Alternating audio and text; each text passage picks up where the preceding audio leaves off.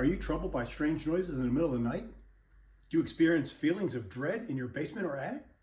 Have you or your family members ever seen a spook, spectacle, or ghost? Maybe not. But, you know, I'm a big fan of Ghostbusters, the original, first two. I like some of the other ones, but not as much. So I was inspired to sculpt a full-scale, as accurate as possible, Slimer from Ghostbusters. So I apologize because I wasn't planning on doing this on YouTube a while back, so I just took pictures. I didn't take any video, but honestly, video of me sculpting for hours on end gets a little boring unless I sped it up. But I will show you my process of how I sculpted these things, and we'll go from there. I think you'll enjoy this. Take a look. I'm not done yet, so we still have to do the arms and the teeth, which honestly will really give Slimer here his classic look. Now, I will tell you that I did go for accuracy. I tried to find every single bit of footage from Steve Johnson's shop. He's the guy who originally sculpted Slimer at his company, Edge Effects, I think is what it was called at the time. Anyway, I did get a thumbs up from him a while back. When he saw it, he thought it was absolutely awesome, which is a real treat for me. I never worked for Steve. I worked for Stan Winston. I worked for Rick Baker. I worked for quite a few other people that are big names in the industry, like Greg Canham and things like that. Kevin Yeager, all awesome, amazing artists and pretty decent people. So, you know, I was inspired, like most of us were, by the film Ghostbusters. I absolutely loved it. I love the first Slimer much more than I think the second one, mostly because I knew it was a guy in a costume and it was just really a cool thing. Now, what I will tell you though is that in doing my research, since I wasn't there on set, you know, I had to look at all these different pictures, and you're not going to find too many pictures of Slimer, the costume of Slimer, I should say, that look alike. And one of the reasons for that is because it was soft, it was squishy. So gravity had a bit of a take on it. So, you know, sort of an accordion. And that's what I was going for here. I tried to find every single picture. Like I said, this is as screen accurate as you're going to get other than using the original mold.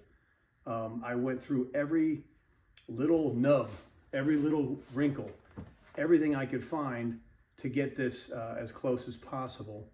And again, it's my interpretation of it. It's not going to be perfect, but it's damn close.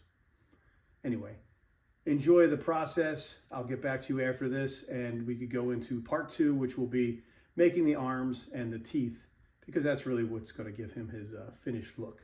So enjoy. At the time, there wasn't a lot of pictures I could find on the internet, and I didn't think to reach out to Steve Johnson himself and ask for pictures, but I got what I could and started blocking this guy out in styrofoam. It's basically a 2-pound foam. Then I went and got some more pictures, laid things out, really tried to block it out correctly the way I wanted it, and then I could get into the clay side of things, which takes a lot more time. I'm using wed clay, which is a water-based clay. Works really well, but you have kind of a limit when it comes to time on it because it'll dry out. This is Mark Brian Wilson, the great puppeteer behind Slimer. We have a lot to thank for him. Now back to the clay work. I'm doing a lot more details as I get closer and closer. It's very hard because the pictures of Slimer don't do it justice, but when you see the originals, he can be kind of squishy like a Slinky. So it's kind of weird. Did you know that originally they said last minute that they wanted this to look like John Belushi a little bit because John Belushi was actually going to play Peter Venkman. But sadly he died. But we were lucky enough to have Bill Murray step in and, you know, he rocked that role, as we all know. I don't think it would have been the same with Belushi, to be honest with you. But this is me just getting back to more and more detail, trying to get it as close as I could to the original. For those of you who don't know me, this has all been done at my special effects company, which I've had for over 20 years, called TechWorks Studios, where I basically work on movies and commercials and TV shows, doing props, creatures, robots, makeup effects, that kind of thing.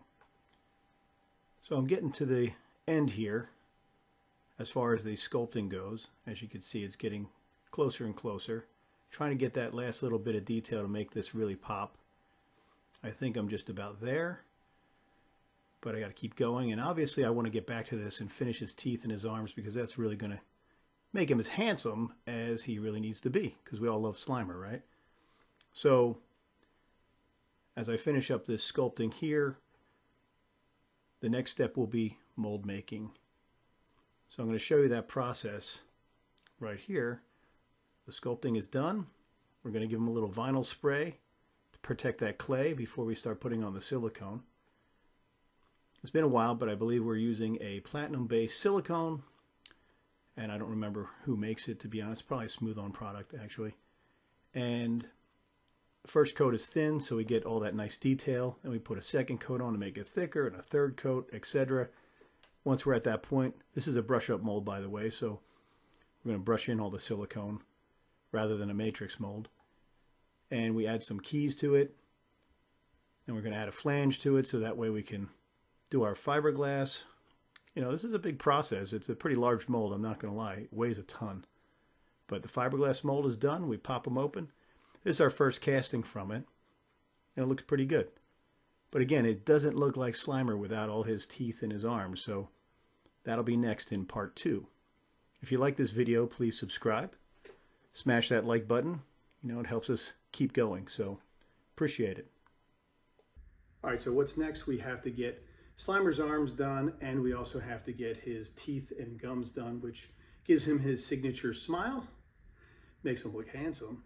And, you know, this is a tribute to the original Ghostbusters, which if you haven't seen it, you really should go see it, because it's an excellent film. Great story, excellent characters. It's just a lot of fun. And it's very old school. It's the way movies should be done. And it's a classic, so you'll definitely enjoy it. And hopefully I can get Slimer here done before the next Ghostbusters movie comes out, which is Ghostbusters Frozen something. It escapes me, but I'll figure it out. Anyway, if you like these videos, please subscribe, give us a thumbs up. It helps us make more content, and I have a lot to share. So, you know, I do this professionally. I make creatures, robots, monsters, and special effects and props for movies and TV. So I like to share this kind of stuff with everybody when I can. And I also have a biohazard and death crime scene cleanup company. So I definitely have some interesting stories from that as well. And I'm just an all-around strange kind of guy. So I like to share what I get into, and hopefully you like this stuff and keep us going. ValicTheBlood.com